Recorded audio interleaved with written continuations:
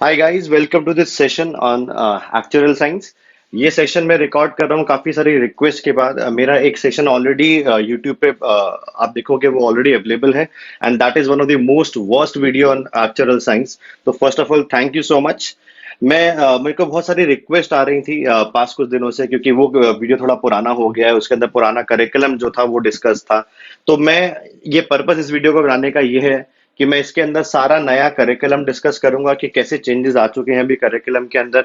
Admission procedure पहले से काफी चेंज हो चुका है, मैं उसको कवर करूंगा। और जो मेन टाइम मैं दूंगा वो होगा कि what is the correct order of appearing actual exams after 2019। उस वीडियो के अंदर जो पुराना करिकुलम था उसमें मैंने एक्सप्लेन करा हुआ था कि what should be the right order of appearing actual exams.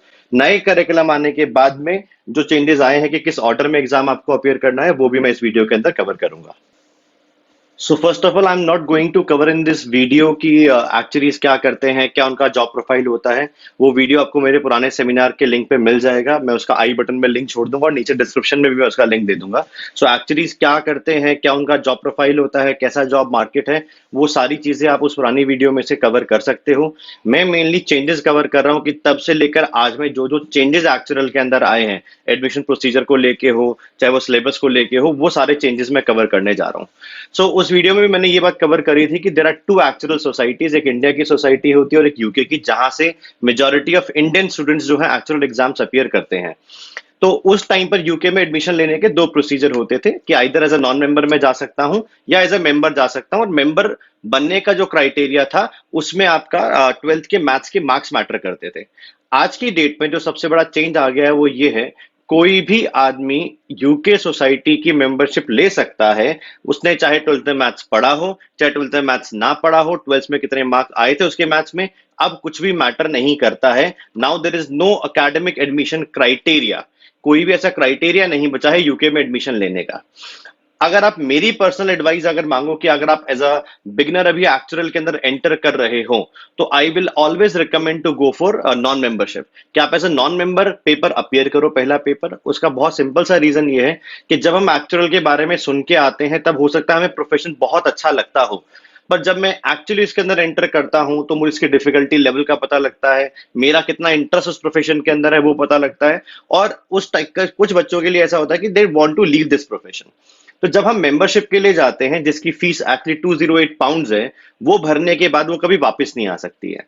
तो एज अ नॉन मेंबर जाने से उस फीस को मैं एक तरीके से डेफर करता हूं कि पहले मैं एक पेपर अपियर कर लूंगा एक्चुअल सोसाइटी का, मैं अपना इंटरेस्ट सब कुछ जज कर सकता हूं, एंड उसके बेसिस पर I can decide whether I have to pursue this career ahead और नॉट। अगर करना है तो मैं मेंबरशिप बाद में ले सकता हूं, अदरवाइज मैं चाहूं तो ड्रॉप करना चाहूं तो ड्रॉप कर सकता हूं। सो मेन जो चेंज आया वो आया यूके के एडमिशन क्राइटेरिया में कि nowadays there is no academic criteria कि आपके ट्वेल्थ में इतने मार्क्स होने चाहिए। ये सारी चीजें अब हट चुकी हैं, अब कोई भी आदमी यूके का मेंबर बन सकता है, चाहे उसने ट्वेल्थ में मैथ्स था या ट्वेल्थ में मैथ्स नहीं था। देन इंडिया में एडमिशन लेने का क्या क्राइटेरिया है, इसके अंदर भी कुछ चेंजेस आए हैं पिछले महीनों में। पहला यह है कि एसेट देना, जो पहले भी था कि आप एसेट का एग्जाम दे सकते हो, एसेट का एग्जाम अपीयर करने के बाद आप उसके बेसिस पर मेंबरशिप ले सकते हो जाके। दूसरा तरीका ये आ चुका है अब कि अगर आप मान लो आपने यूके की ऑलरेडी मेंबरशिप ले रखी है और आपके दो एग्जाम्स वहां से क्लियर हैं, तो आपका एसेट एग्जम्प्ट हो जाता है। उस केस में आपको एसेट देने की जरूरत नहीं पड़ती है। जो बॉडीज जो वो एग्जम्प्ट कर रही है आई इंडियन बॉडी, वो बॉडीज सारी बॉडीज यहाँ पे मैंने मेंशन करी हुई हैं। आईएफओ है, एसओ है, कैस है, ए डबल एस ए है, और institute of actuaries of Australia है। तो इन सारी सोसाइटी से अगर आपने कोई भी दो पेपर पास कर रखे हैं, उस केस में आपको एसेट देने की जरूरत नहीं पड़ती है, एसेट आपका एग्जम्प्ट हो जाता है। या फिर आप फुली क्वालिफाइड सीए हैं, आप फुली क्वालिफाइड सीएस हैं, आप आईआईटी या आईएम से ग्रेजुएट हैं, आपने एमबीए इन फाइनेंस या इंजीनियरिंग कर रखा है, लेकिन उसमें 60% मार्क्स आपके मैंडेटरी हैं, अगर आप एमबीए वाले क्राइटेरिया से जाते हो, तो भी आपका एसेट क्या है, एग्जम्प्ट है। आई होप यहां तक आपका एडमिशन क्राइटेरिया आपका क्लियर हो चुका होगा कि यूके में एडमिशन लेना है तो दो तरीके कि नॉन मेंबर से जाके पेपर दे दें, कोई भी दे सकता है। मेंबरशिप लेके जाना है, कोई भी दे सकता है, कोई क्राइटेरिया नहीं, कोई बाउंडेशन नहीं। इंडिया में एडमिशन लेना है, एसीईटी दे के जा सकते हैं, और एसीईटी नहीं देना है तो या तो किसी और बॉडी के दो पेपर क्लियर कर लूं, या फिर जो मैंने आपको बोला फुली क्वालिफाइड सीए है या आईआईटी ग्रेजुएट है, आईएम ग्रेजुएट है, इस क्राइटेरिया में अप्लाई करते हैं तो उस केस में आपको एसीईटी देने की जरूरत नहीं पड़ेगी और आप डायरेक्टली इंडिया के मेंबर बन सकते हो। सो एसेट के बारे में अगर बात करें तो एसेट में जो एग्जाम बनाया गया है उसके अंदर मेजरली आपके 5 सब्जेक्ट्स कवर करे जाते हैं जिनको 2 सेक्शंस में उन्होंने डिवाइड करा हुआ है। तो सेक्शन 1 है, उसके अंदर mathematics, statistics and data interpretation रहता है। उसका जो वेटेज है एग्जाम में वो 55% है। और जो सेक्शन 2 है उसके अंदर आपका इंग्लिश और लॉजिकल रीजनिंग या एलआर को कवर करा गया है, वेटेज उसका 45% है। जो पासिंग क्राइटेरिया है वो है फ्लैट 50 मार्क्स। आप अगर 50% मार्क्स स्कोर कर लेते हो एसेट के अंदर, एसेट आपका क्लियर हो जाएगा। 45 मार्क्स क्वेश्चंस आते हैं 1 1 मार्क्स के, 20 क्वेश्चंस आते हैं 2 2 मार्क्स के, और आपके 5 क्वेश्चंस आते हैं 3 marks each. So this is how a set goes. So नए करिकुलम के अंदर जब हम एडमिशन ले लेते हैं उसके बाद जो एग्जाम्स चेंज हुए मैं वो कवर कर रहा हूं यहाँ पर। सो आफ्टर 2019 जो हमारा करिकुलम है वो चेंज हुआ, और आप देखोगे पेपर का काउंट जो है वो पहले से बदल गया है। उस वीडियो के अंदर आई हैव एक्सप्लेन कि total 15 exams, now there are only 13 exams जो आपको अपीयर करने हैं। उसका ये मतलब नहीं है कि पेपर कम हो गए हैं, कुछ पेपर्स को क्लब कर दिया गया 2019 के अंदर। क्लब ऐसे करा गया, वो सिनारियो में पूरा कवर कर दे रहा हूं यहाँ पे।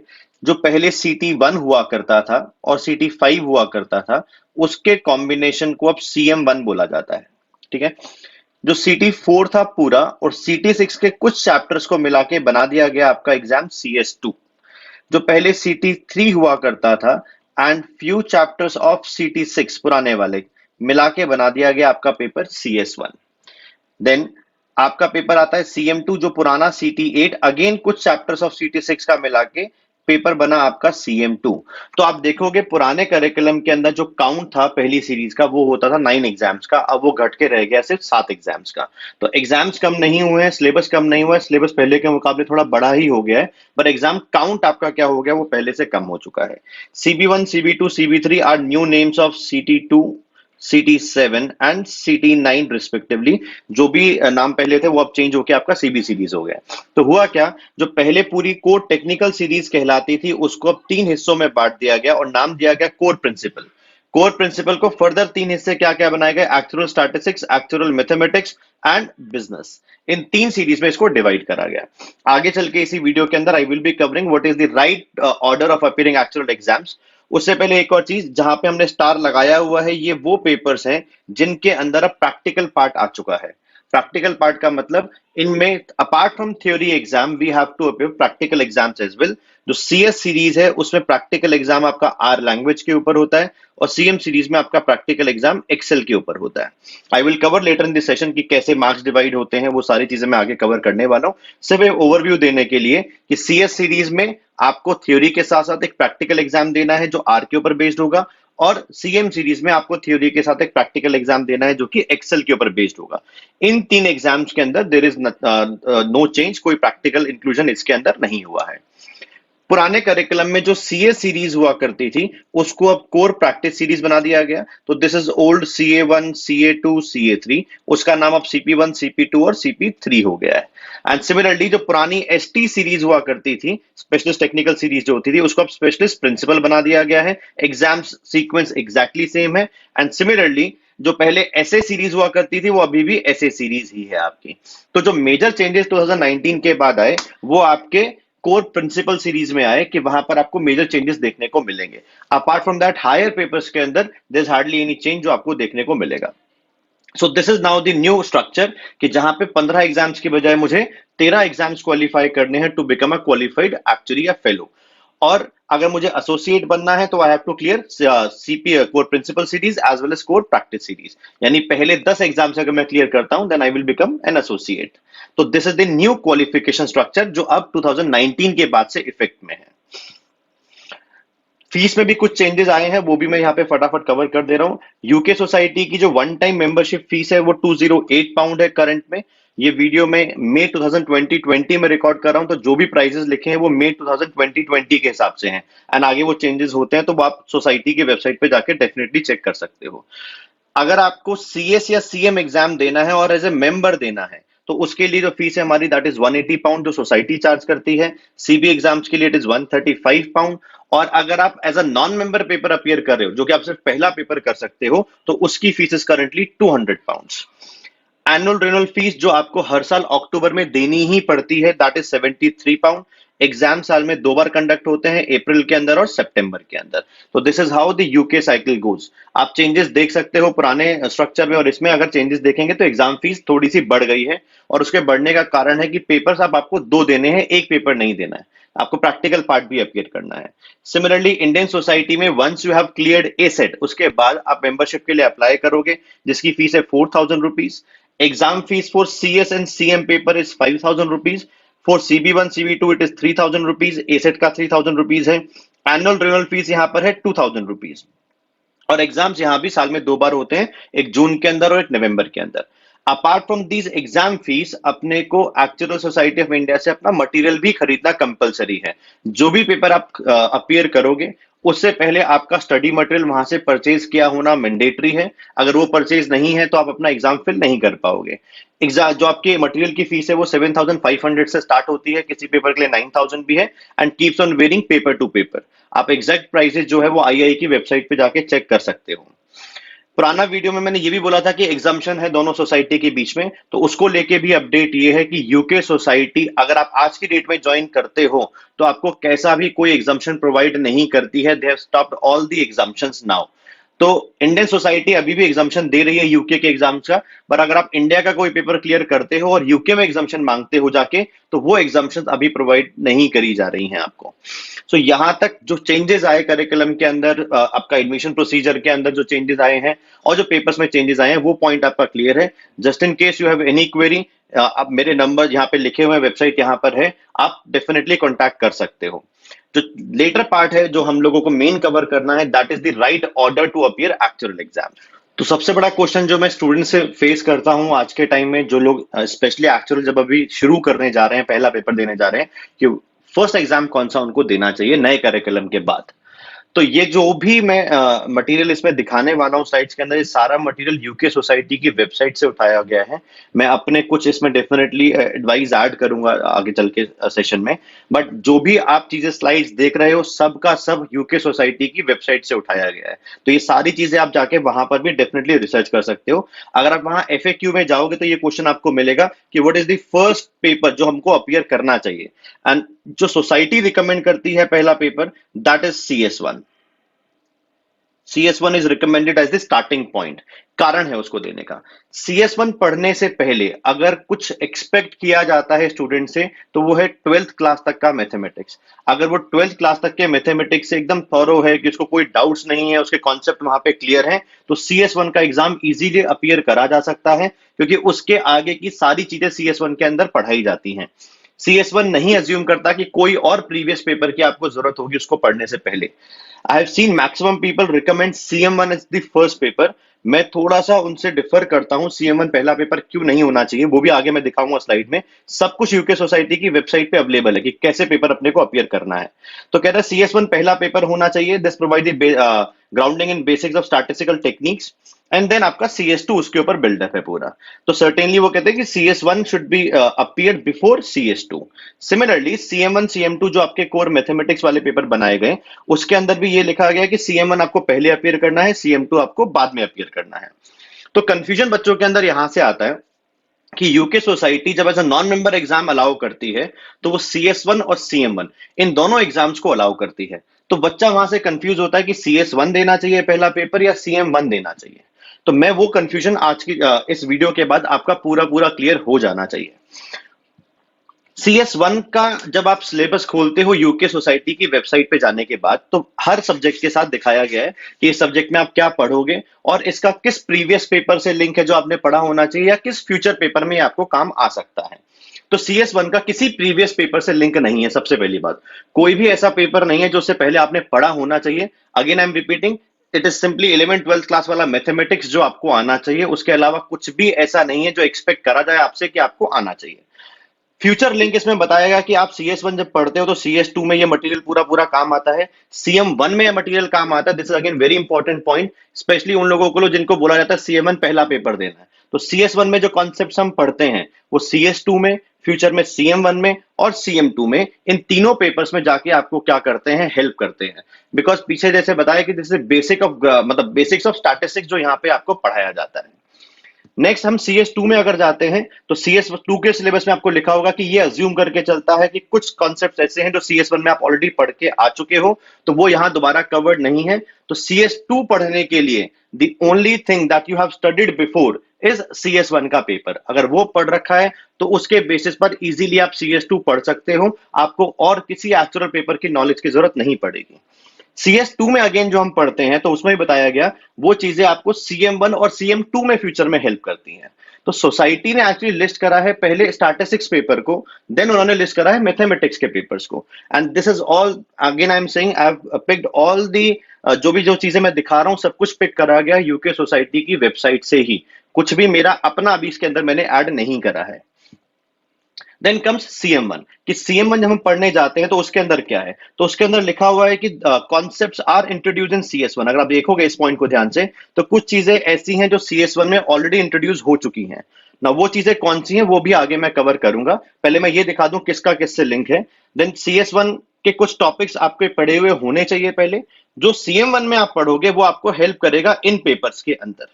तो you can clearly see as per society CM1 में हम जो पढ़ते हैं वो CM2 में काम आता है या CB1 में या आगे के पेपर्स में काम आता है, लेकिन CS1 CS2 में कहीं पे भी वो चीज काम नहीं आती है कुछ भी।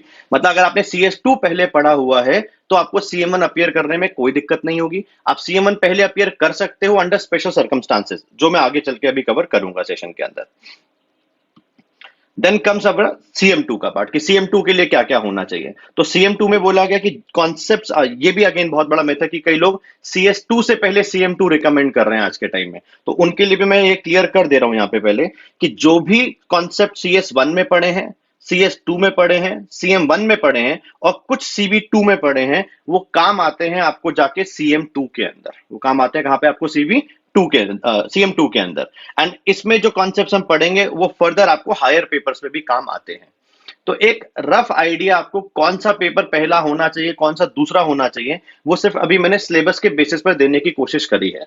तो बच्चों के दिमाग में क्वेश्चन आता है, तो फिर सोसाइटी CM1 पहला पेपर देने को क्यों अलाउ करती है? जब हम ऐसा बोल रहे हैं कि CM1 में जो चीजें हैं कुछ चीजें उसमें CS1 में पढ़नी होती हैं, तो क्यों CM1 को पहला पेपर अलाउ करा सोसाइटी ने? तो उसका रीजन मैं अब आपको देने वाला हूं। तो सबसे पहली चीज, एक ऑर्डर आपका ये हो सकता है पेपर देने का कि आप स्टार्ट करो CS1 के साथ जिसमें कोई प्रीवियस पेपर की जरूरत नहीं है। CS1 के बाद either you appear for CM1 और CS2, ये कुछ भी हो सकता है, ठीक है। CM1 और CS2 में क्यों कौन सा पहले लिया जाए वो मैं आज क्लियर करता हूं। इस डाउट वो डाउट आपका क्लियर हो जाना चाहिए। CM1 में कॉम्बिनेशन है CT1 का और CT5 का, आपको बोला गया। CT5 में कुछ चीजें ऐसी होती थी पहले जो रिजल्ट होते थे खाली, और उनका प्रूफ जो होता था वो CT4 में पहले पढ़ाया जाता था। सोसाइटी ऐसे पढ़ाती है कि पहले प्रूव कर लो देन उनका यूज हम करेंगे। तो यहां पर स्टूडेंट के पास एक ऑप्शन आ जाता है कि CS1 में जितने कॉन्सेप्ट्स पढ़े हैं उससे CM1 में जो स्टैटिस्टिक्स काम आने वाला है वो पूरा सॉर्टेड हो गया उसका। देन जब CT5 वाले पोर्शन में जाते हैं तब कुछ रिजल्ट्स ऐसे हैं जिनका डेरिवेशन CM1 के अंदर कवर्ड नहीं होता। अगर डेरिवेशन कवर्ड नहीं है और आप पहले रिजल्ट पढ़ना, एप्लीकेशन पहले पढ़ना चाहते हो तो आप पहले CM1 का पेपर दे दोगे। अगर आप डेरिवेशन पहले पढ़ना चाहते हो और फिर उसका एप्लीकेशन पढ़ना चाहते हो तो उस केस में CS2 आपका पहला पेपर होना चाहिए। आई होप ये क्लियर है। तो CS1 देन CM1 या CS2 में से कोई पेपर आप अपीयर करोगे, जो बचेगा वो नेक्स्ट सेमेस्टर में अपीयर करोगे, एंड देन उसके बाद आप CM2 का पेपर जो है वो अपीयर कर सकते हो लास्ट में। आज की डेट में एक्चुअल जॉब के पॉइंट ऑफ व्यू से ये चार ही पेपर सबसे इंपॉर्टेंट है, CS1 CS2 CM1 CM2। रही बात CB1 CB2 की, तो बच्चे इसको एज अ फिलर यूज करते हैं। फिलर मतलब मान लो अभी सिलेबस जैसे बढ़ गया है और कभी कभी लोगों को लगता है कि सितंबर का अटेम्प्ट छोटा है मुझे बड़ा पेपर नहीं देना, तो उस टाइम पे वो फिलर्स की तरह CB1 CB2 को इजी पेपर वहां पे पिक कर लेते हैं। या फिर कुछ स्टूडेंट्स ऐसे होते हैं जिनको दो एग्जाम्स देने हैं, इतना बड़ा सिलेबस होने के बाद भी कई स्टूडेंट दो एग्जाम्स देना चाहते हैं, तो वो जो सेकंड एग्जाम अपना लाइट रखते हैं in the form of CB1 and CB2 कि हम कोई भी बड़ा पेपर उठा लेंगे इन चारों में से पहले और एक लाइट पेपर CB1 CB2 से अपने साथ में रख सकते हैं। मेरी रिकमेंडेशन ये होती है कि वैसे इन पेपर्स को जितना ज्यादा आप डेफर कर सको उतना बेटर है, and better appear these papers with your job. आप जॉब में जाने के बाद इन पेपर्स को क्या करो, अपीयर करो। फायदा क्या है नुकसान क्या है वो बता देता हूं। तो सबसे बड़ा एडवांटेज ये है कि जब हम जॉब में जाते हैं पहला 6 महीने अपने को माहौल में एडजस्ट करने में लगता है। उस टाइम पर हम ढूंढते हैं कोई छोटा पेपर मुझे मिल जाए जिसमें मुझे ज्यादा मेहनत ना करना पड़े। तो तब के लिए ये पेपर मैं बचा के रख सकता हूँ। एडवांटेज दूसरा ये होगा कि उस टाइम पे इन पेपर के एक्सपेंसेस आपके कंपनी बियर कर रही होगी, तो वो आपको फायदा मिल जाएगा। और इससे होने वाला जो आपका स्टडी बोनस अटैच होगा पेपर पास करने का, वो आपको पाने में थोड़ा सा आसानी हो जाती है। तो इसलिए वैसे आई रिकमेंड कि CB1 CB2 आप जॉब के साथ ही जाके दो, वो सबसे ज्यादा प्रेफरेबल होता है। जॉब से पहले आप ये 4 पेपर जो जिसमें सबसे ज्यादा मेहनत है उनको आप क्लियर कर सकते हो। तो ये सबसे बड़ा एडवांटेज है जॉब के लिए बचा के रखने का इन पेपर्स को। बाकी कई स्टूडेंट्स ऐसे होते हैं जिनका टारगेट होता है कि मुझे पहली सीरीज ग्रेजुएशन में खत्म करनी है, वो लोग अगेन चाहे तो किसी भी पेपर के साथ में इस पेपर को रख सकते हैं और अपना लाइट पेपर की फॉर्म में इनको अपीयर करें। तो एक सीक्वेंस हमारा अब ये बन गया कि CS1 is my first exam, second exam is CM1 और CS2, and third exam will be जो इनमें से बचा हुआ होगा वो एग्जाम मेरा, एंड फोर्थ एग्जाम मेरा क्या होगा, CM2। बीच में क्या क्या आ सकता है कहीं पर भी, या तो CB1 आ जाएगा या CB2 आ जाएगा, डिपेंडिंग अपॉन कि मैं उसको एज अ फिलर यूज करना चाहता हूं अभी या जॉब के साथ बचा के रखना चाहता हूं। ये क्लियर हो गया। अब क्वेश्चन आता है वही कि यूके सोसाइटी फिर CM1 को पहला पेपर क्यों अलाउ कर देती है जब CS1 के कॉन्सेप्ट्स वहां पर आते हैं। तो CM1 में आपको CS1 के क्या क्या कॉन्सेप्ट्स काम आते हैं पहले वो बता देता हूं। जस्ट इन केस अगर आप में से मान लो कोई स्टैटिस्टिक्स ऑनर्स ग्रेजुएट है या फिर सपोज इकोनॉमिक्स ऑनर्स पढ़ा है, तो वो ये टॉपिक्स कॉलेज में पढ़ के आते हैं। टॉपिक्स हो गए आपके, फॉर एग्जांपल रैंडम वेरिएबल है वो आपको आना चाहिए, डिस्ट्रीब्यूशंस की आपको नॉलेज होनी चाहिए, आपको जॉइंट डिस्ट्रीब्यूशन आना चाहिए क्योंकि आपको आगे चल के कोवेरिएंस के कॉन्सेप्ट हैं जो उसके अंदर इंट्रोड्यूस होते हैं। तो ये वो टॉपिक्स हैं जो आपको पढ़े होने चाहिए CM1 से पहले। अदरवाइज अगर आप CM1 स्टार्ट कर रहे हो तो आस्क योर टीचर क्या ये टॉपिक्स मुझे डिटेल में पढ़ाए जाएंगे तो मैं CM1 पहला पेपर दूं। Because there is no reason कि आप मतलब बच्चों को हम ऐसा क्यों गाइड करें कि ये पेपर पहले देना ये पेपर बाद में देना, नहीं है पहला पेपर देना चाहिए। वो सारी चीजें अवॉइड करी जा सकती है। आप पढ़ाई शुरू कर रहे हो एक एक्चुअली बनने के लिए, एक्चुअली बनने के लिए आपको 13 पेपर क्लियर करने हैं, ये मैंडेटरी है अपने लिए। तो मैं क्यों ना वो ऑर्डर डिसाइड करूं जिसमें मुझे कभी भी ऐसा ना लगे कि काश ये पेपर मैंने पहले पढ़ लिया होता तो मुझे अभी इस पेपर में इतनी दिक्कत ना आ रही होती। तो सोसाइटी ने सब कुछ आपको दिया हुआ है समझा के पहले से ही। हम लोग बस उतना रिसर्च नहीं करते हैं, वेबसाइट को गो थ्रू नहीं करते हैं। अगर आप वेबसाइट को रीड करोगे ये सारे की सारी चीजें वहां पर ऑलरेडी मेंशन्ड है कि कौन सा पेपर आपको पहले देना चाहिए। तो कौन से लोग CM1 पहला पेपर दे सकते हैं, जिन्होंने ये कॉन्सेप्ट्स ऑलरेडी पढ़े हुए हैं वो ये पहला पेपर दे सकते हैं, and then they can proceed उसके बाद CS1, देन उसके बाद वो जाएंगे CS2 के लिए और उसके बाद जाएंगे CM2 के लिए, एंड CB1 CB2 को एज अ फिलर यूज करा जा सकता है। तो first paper majority of student की चॉइस CS1 होनी चाहिए। आई होप कारण आपका क्लियर हो जाना चाहिए क्यों ऐसा होना चाहिए। CM1 किस सिनेरियो में आपका पहला पेपर हो सकता है, given you have studied these concepts either in college, school के अंदर इंडिया में नहीं पढ़ाए जाते हैं ये वाले कॉन्सेप्ट, तो कॉलेज में अगर आपने पढ़ा हुआ है तो बेट आप चलो CM1 के साथ शुरुआत करो, आपको कहीं दिक्कत नहीं आएगी। लेकिन अगर नहीं पढ़े हुए हैं तो ये टॉपिक्स आपको आगे चल के थोड़ा सा परेशान कर सकते हैं CM1 में। तो as a student you have to take a call कि मुझे एकदम सीधे सीधे चलना है, मुझे कभी परेशान नहीं होना है कि ये पहले पढ़ा ये बाद में पढ़ा। उस बेसिस पर मैं रिकमेंड करता हूं पेपर आप अपीयर करो। एक्चुअली बनने के लिए अगेन 13 पेपर क्लियर करने हैं, सीक्वेंस कुछ भी हो मैटर नहीं करेगा। At the end of the day paper clear करना, उनकी नॉलेज थॉरो होना वो मैटर करता है। लोगों को ऐसा भी गाइड कर दिया जाता है, दिखा दिया जाता है कि पास में कुछ बच्चे हैं जिन्होंने ये पढ़े बिना ये पेपर पास कर लिया। हो सकता है पेपर पास आप आराम से कर सकते हो, बट क्या आपको उन पेपर्स की थॉरो नॉलेज होगी उस टाइम पे, क्वेश्चन ये है। आप सिर्फ पेपर पास करने के लिए पढ़ाई मत करो, आप पेपर्स को समझने के लिए उसको डीपली, मतलब एक एक चीज आपको एकदम क्रिस्टल क्लियर होनी चाहिए। आपको पढ़ाई ऐसे करनी है। पेपर क्लियर होने से इंटरव्यू के लिए कॉल आ सकता है, पर इंटरव्यू क्लियर करने के लिए हमें अगेन जब तक थॉरो नॉलेज नहीं है पेपर की, हम इंटरव्यू में जाके फंस जाएंगे। तो पेपर पास करना इज 50% ऑफ द एफर्ट, 50% हमारा इंटरव्यू के लिए बचा रह जाता है बाद में। तो हमेशा आप पेपर्स को प्लीज ऐसे पढ़ो कि आपको कहीं कोई चैलेंज ना आए, उनके अंदर कुछ ऐसी प्रीवियस नॉलेज की जरूरत ना हो, और जो भी कॉन्सेप्ट आप पढ़ रहे हो वो क्रिस्टल क्लियर करते चलो ताकि आगे चल के आपको जॉब में कोई दिक्कत ना आए। जब भी आप पढ़ते हो तो थ्योरी पे भी आपको बहुत फोकस करना होता है, इसीलिए क्योंकि इंटरव्यू में थ्योरी काम आती है, वहां क्वेश्चन नहीं सॉल्व कराए जाएंगे आपसे। तो अगर आपका फोकस सिर्फ ये रहता है कि मैंने 10 ईयर उठाया, मैंने क्वेश्चन सॉल्व कर लिए, पेपर पास हो सकता है उससे हो जाए, अधूरी नॉलेज से भी पेपर पास हो सकता है, बट क्या वो मेरे को इंटरव्यू में हेल्प कर पाएगा, तो आंसर इज नो। तो अब लास्ट चीज मैं ये कवर कर रहा हूं कि पेपर जब हम स्टार्ट करते हैं, प्रैक्टिकल वाली बात, तो फॉर एग्जांपल CS1 है, तो CS1 में दो एग्जाम्स होंगे आपके, एक CS1A होगा और एक आपका CS1 बी एग्जाम होगा। CS1 is your theory paper. आपका 3 घंटे 15 मिनट का पेपर है। आपको 100 नंबर का पेपर अपीयर करना है, स्टेप वाइज मार्किंग, बिल्कुल स्कूल जैसा सिस्टम है। आप एग्जाम सेंटर पे जाके पेपर अपीयर करोगे 100 मार्क्स का। CS1 बी आपका प्रैक्टिकल पेपर है। प्रैक्टिकल पेपर अगेन, क्योंकि मैं CS1 का एग्जांपल ले रहा हूं तो इसके इसमें आर होगा, अगर ये CM1 CM2 होगा तो एक्सेल हो जाएगा, बाकी पैटर्न सेम रहता है। ये एग्जाम आपका 1 hour 45 minutes का होता है। ठीक है। इसके अंदर प्लस में आपको 15 मिनट एक्स्ट्रा मिलते हैं लास्ट में, आपकी जो भी आप प्रैक्टिकल फाइल्स बनाते हो उनको अपलोड करने के लिए, जो यूके सोसाइटी का पोर्टल होता है उसमें। इसकी भी जो वेटेज है वो 100 मार्क्स का ही ये भी पेपर आपका होना है, और ये आप अपने घर पे या फिर ऑफिस में बैठ के देते हैं। इसके लिए कोई एग्जाम सेंटर नहीं बनाती है यूके सोसाइटी। वहीं अगर आप इंडिया से देते हो तब आपको एग्जाम सेंटर में जाके ही दोनों पेपर्स क्या करने पड़ते हैं, अपीयर करने पड़ते हैं। फिर आती है बात कि मेरे मार्क्स कैसे अलॉट होंगे मुझे। तो CS1 ए में मैंने जितना भी स्कोर करा होगा उसका 70% वेटेज लिया जाएगा। CS1 बी में मैंने जितना भी स्कोर करा होगा उसका 30% वेटेज लिया जाएगा, एंड इनके बेसिस पर एक कंबाइंड स्कोर आपका दिया जाएगा आपको। वो कंबाइंड स्कोर जो भी होगा, वो कंबाइंड स्कोर जो भी होगा, अगर वो कट ऑफ से ज्यादा है तो आप पेपर पास कर जाएंगे, और वो कट ऑफ से कम है तो आप पेपर फेल कर जाएंगे। बहुत सिंपल सा फंडा है। कट ऑफ क्या होगी, यूके सोसाइटी पेपर वाइज अपनी कट ऑफ चेंज करती रहती है। सेफर साइड आप 60 को कट ऑफ मान के चल सकते हो कि अगर मैं 60 मार्क्स स्कोर कर लेता हूं तो चांसेस है कि मैं एग्जाम इजीली पास कर ले जाऊंगा। पास्ट में कुछ ही बार आपको 62 जैसी कट ऑफ देखने को मिली है, otherwise it ranges between 55 to 60 marks.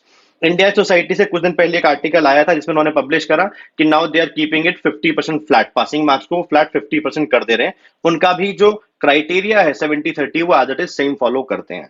But UK society हर पेपर वाइज की पेपर डिफिकल्ट है तो कट ऑफ लो हो जाता है, पेपर इजी है तो कट ऑफ हाई हो जाता है, उसके बेसिस पर ही आपको हमेशा क्या करेगी, मार्क्स अवॉर्ड करेगी।